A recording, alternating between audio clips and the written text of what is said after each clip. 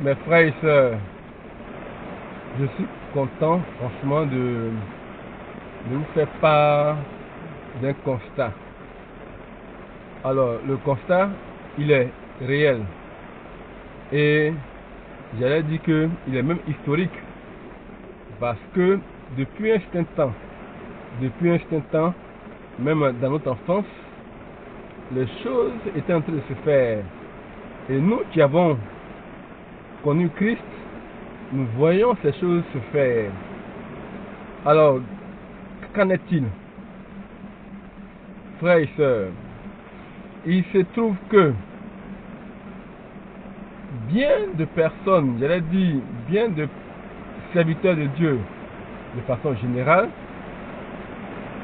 en l'occurrence des évangélistes, des pasteurs, des docteurs, des apôtres, des bishops, archibishops internationaux et que sais-je.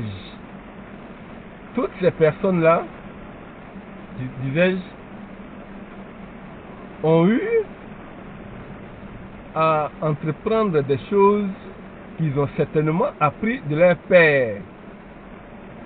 Donc un héritage qui n'a pas été pris avec discernement, mais qui a été pris dans sa forme réelle et qui a été partagé.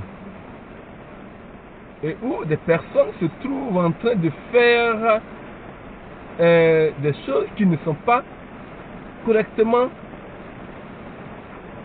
sous la base que Christ nous a donnée. Que s'agit-il, frère? Nous avons tous vu, nous avons tous pratiqué cela. Quand on part dans des veillées et prières, quand on part dans des moments de délivrance, quand on est dans des situations difficiles de blocage, blocage financier, blocage de travail, blocage d'expansion, j'allais dire, dans notre vie professionnelle, qu'est-ce qu'on fait? Alors, quand on part faire une consultation auprès d'un serviteur, c'est-à-dire un voyant ou pas, mais en tout cas quelqu'un qui reçoit certainement une information de Dieu, il nous est particulièrement revenu pour nous faire comprendre que nos parents sont à la base, ou un tel ami est à la base de notre malheur, de notre échec, de nos peines, de notre improductivité, de notre retard. Et ces choses-là sont revenues à plusieurs reprises à chacun d'entre nous.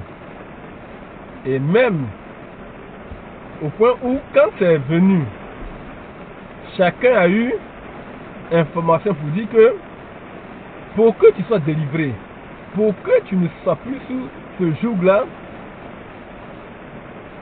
il faille que ces personnes qui sont à la base de ton improductivité, c'est-à-dire qui ont bloqué ton travail, ont bloqué ton avenir, ont bloqué ton mariage, ont bloqué ton enfantement, ont bloqué ainsi de suite.